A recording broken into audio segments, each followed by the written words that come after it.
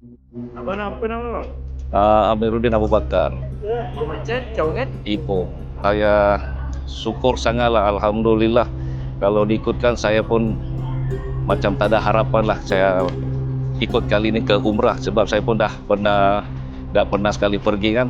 Sebab selalu pun saya cakap sama orang yang orang yang hantar nama saya ke SQ, saya pun ada kata kalau nama saya tak dapat tak apa, alhamdulillah bagilah kawan yang tak pernah ke umrah ataupun ke Makkah.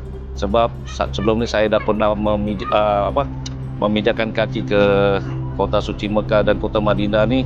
Itulah kalau boleh, kalau saya tak dapat pun pergi tak apa, janji kawan lain yang pergi, saya rasa syukur alhamdulillah. Itulah selalu saya bagi tahu sama saya punya area manager, kalau saya tak dapat pergi tak apa, saya cakap bagilah sahabat kita yang tak pernah memijak kat kota Madinah ni ataupun kota Makkah.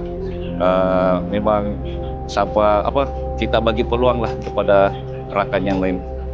Kuat tu memang dengan kawan memang kuat lah. Walaupun kita dah lama bekerja, macam saya pun dah berbelas tahun, tiba-tiba ada lagi kawan dari order lain, pertama kali lah jumpa kat sini. Kalau tempat lain memang pernah bertemu tapi mungkin tak sekerat ni lah.